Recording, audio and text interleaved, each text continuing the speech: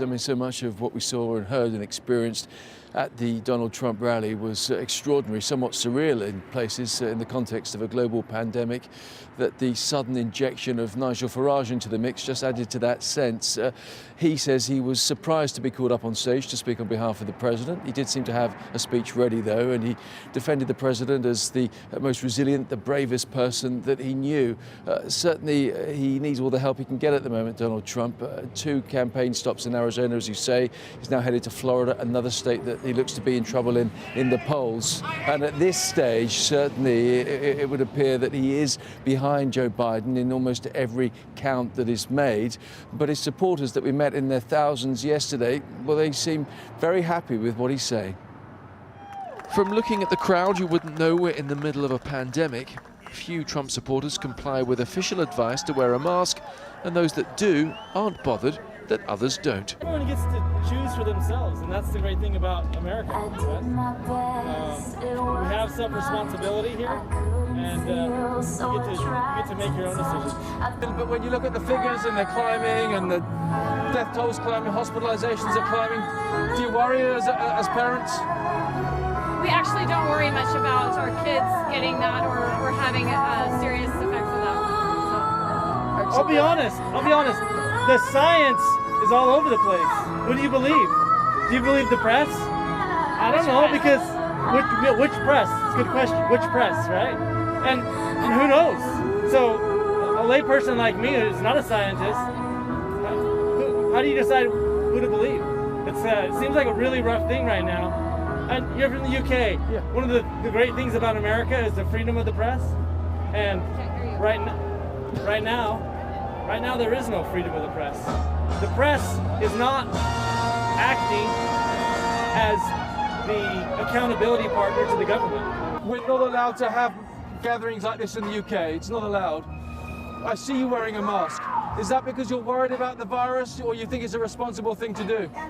I'm definitely not too worried about the virus. Not to say that it's not real, but I know people that have gotten it. I know the survival rate extremely high, especially for people that are younger. But at the same time, I do my part to try to make other people feel comfortable. For the most part, I like the flag because it's patriotic. Well, that's a very nice thing. I mean, it does look striking. But you guys here, you're looking like the sensible ones, a small minority out of so many who aren't wearing. Do you worry, sir, that people aren't wearing masks? Not really. To each its own. I just believe that I'm just wearing this, like you said, to be patriotic. And we do have, a little bit older people in the crowd, so I'm wearing it for them, for their safety. Do you think they should actually insist on it here? No, I mean, they already have asked everybody to be more, practice more mindfulness during the pandemic and stuff. I mean, I don't think it's really that big of a deal. If anybody is sick, showing symptoms, or they have been in contact with anyone who might be showing symptoms, the responsible thing to do would be just to stay home. For the most part, you see a lot of healthy people out here. I don't really see a problem. His critics call it a super spreader event. But for Donald Trump, this is something of a call to arms, targeting key states like Arizona, where his support has waned in the polls since 2016. We are going to win Arizona, and we are going to win 4 more years in our great, beautiful White House. Well, it's certainly an impressive-sized crowd, and there's been scenes like this right across the country.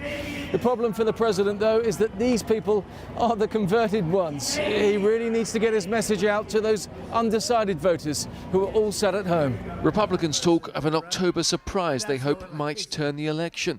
In Arizona, it turned out to be Nigel Farage taking on cheerleader duties. This is the single most resilient and bravest person I have ever met in my life.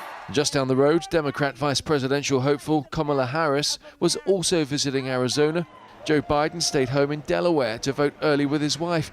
Just 2 of more than 75 million who've cast an early ballot, more than a third of the entire American electorate. As the Trump show prepared to move out of town, his supporters seem sure of an upcoming success based on what they'd heard. Trump is such a great speaker. He absolutely knows how to empower a crowd like nobody else. We're newly converted, and why? Is because we finally started listening. Trump 2020, let's go! The non-stop campaigning set to continue right through to polling day. Richard Gaisford, Good Morning Britain, Phoenix.